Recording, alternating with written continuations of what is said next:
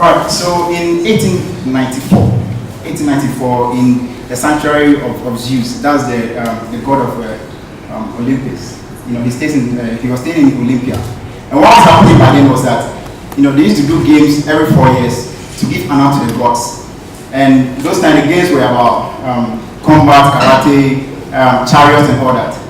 But during the 20th century and the 21st century, we changed everything. We brought Paralympics, we did the Olympics for the youth, and we did so many things.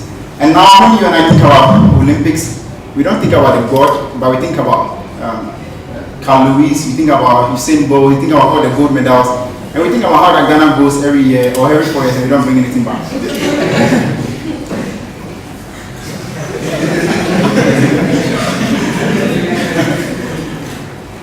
Yeah,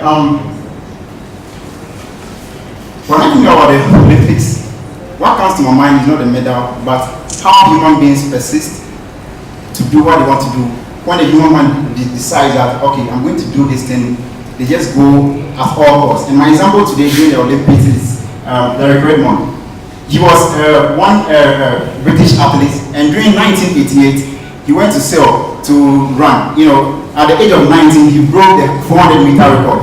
It was like, the next big thing. So when he was going to the Olympics in sail, he prepared so well, so much that 10 minutes before his race, he got a hamstring. As his thighs got done, and he couldn't run. So, British lost one 400-meter runner, and they were all disappointed. The media was on him and all that. The next 4 years in Barcelona, that's 1992, this guy came again. And this time, his dad came with him. He was so determined that he has to prove his worth. Britain invested so much money in him, and he has to run this race and win. So when he started the race, he was leading. About 175 meters down the line, this guy got another hamstring and he fell down. But he was so determined that this time, no matter what happened, he's still going to finish the race. So his dad was in the crowd, and his dad just came down running. He had no credentials to enter the track, but he ran so much so that he came to support his son to finish the race. And that's the guy they were trying to finish it, and he said, I'm going to finish this race no matter what. He was crying, and the whole crowd was so impressed, and they all stood up, and they were all clapping. What I learned from that is that even when you are determined, you can have all the biggest passion, you can be so wild, that you want to get things done, you want to achieve. You can stay all night and work all night, but if you don't have anybody to support you, you can go as far as just this door. So it's done. And the whole crowd was so impressed, and they all stood up, and they were all clapping. What I learned from that is that even when you are determined, you can have all the biggest passion, you can be so wild that you want to get things done, you want to achieve. You can stay all night and work all night, but if you don't have anybody to support you, you can go as far as just this door. So his dad was there to help him. And the same thing can be borrowed into social entrepreneurship. For me, I believe that social entrepreneurs stand the greatest chance of finding solutions to some of the world's oldest problems and the biggest problem that faces our planet today. I have a friend here, I've not met him before, but I've been stalking him on Facebook and LinkedIn. He's called Michigan Ingwali. He was in MIT and he was earning a 6-figure job. He's from India. And one day he decided that he's going home to visit his country to see, what he can do to give back. Or if, he was very lucky, he's very fortunate, he got money, he came to MIT, he got a very good job, so he went back. And he visited his friend called, who is a doctor. So he went to the field to visit the friend, and the nurses told him that the friend, the doctor, is in the room trying to help a woman deliver a baby. So he was just standing outside, he waited.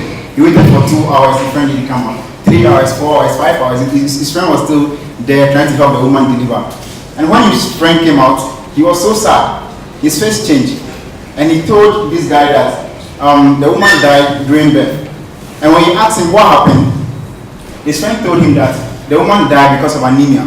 Anemia is something that could be cured easily. If you give iron tablets to the person suffering from anemia, the person could be healed. But this woman died. So this my friend here, as a social entrepreneur, decided that this is unacceptable. This can be solved. Why should someone die because of this? So he got pregnant with the idea. He said he wanted to develop a device that would be very, very cheap and easy for people to test and detect if they are anemic or not before they go to bed.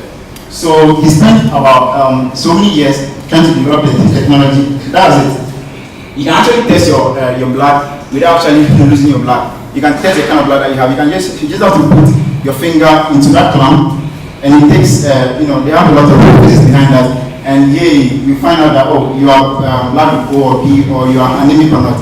And that's the power of social entrepreneurship. If someone is determined, you can get it done.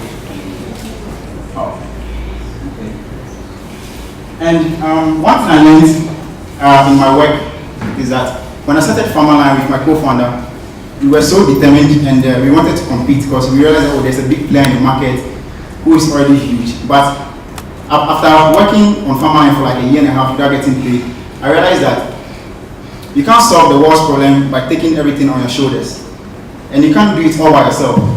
And we've been trying to build a voice technology. We contacted someone from India. They came down to meet us in Ghana. We started talking, and after 2 weeks, we sent them an email. It took them like a month before they replied. We've been trying to build this, and what I'm preaching here is collaboration.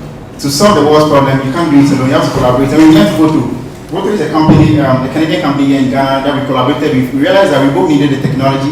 We need the technology to reach farmers. We want to improve the communication pathway between farmers, extension agents, because we realized that the extension officers to farmer ratio here in Ghana is about 1:2,000. And each extension officer has to travel all the way to the farms to teach these farmers, the latest technologies in agriculture. And about 60% of our workforce are all farmers. So if this group of smallholder farmers living in villages are not able to receive the services that they require, then the economy suffers. So, and they also need technology for any other business or any other organization who wants to reach out to its beneficiaries. So we saw an intersection there. We could have said, hey, go and invest in technology, or invest in mine, let's do this and compete. But you realize that to solve the world's problem, to be able to solve the problems that face us, for us to be able to help the world somehow to produce more food, to feed the 9 billion food that will be on the planet, we can't do that by ourselves, but we need to collaborate. And that's what we did, and we have the platform now. So I want us to do a very short experiment. I want all of us here to close our eyes. Close your eyes. Close your eyes. And think about an issue. Close your eyes. I can see someone staring at me. Please don't do that. Close your eyes. Think about an issue, a problem that makes your heart pulse. Me, my issue is about smallholder farmers. How that our country has been receiving aid for the past 60 years, and their lives only change for the lifespan of the project, and we kind of said that we want to be able to change the dynamics of the market. We want to be able to provide a valuable service for the farmers that will provide more value to them, and we're encouraging them to pay for it and keep the system sustainable. So even if the donor funds finishes, we can get more money to keep it sustainable. Think about your problem. Something that makes you angry. If it could be ECG. ECG is really pissing you off because the light goes off. It could be that you can't accept to see orphans, just being suffer and not having the education that they deserve. Just think about it and focus on it. That issue that keeps you awake, that issue that makes your blood boil, that you can't just rest until you find a solution to it. Think about it. Now you can open your eyes.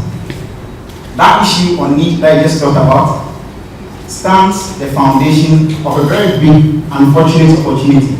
And I challenge you today that you should go out there to pursue it with all the passion and energy that you have.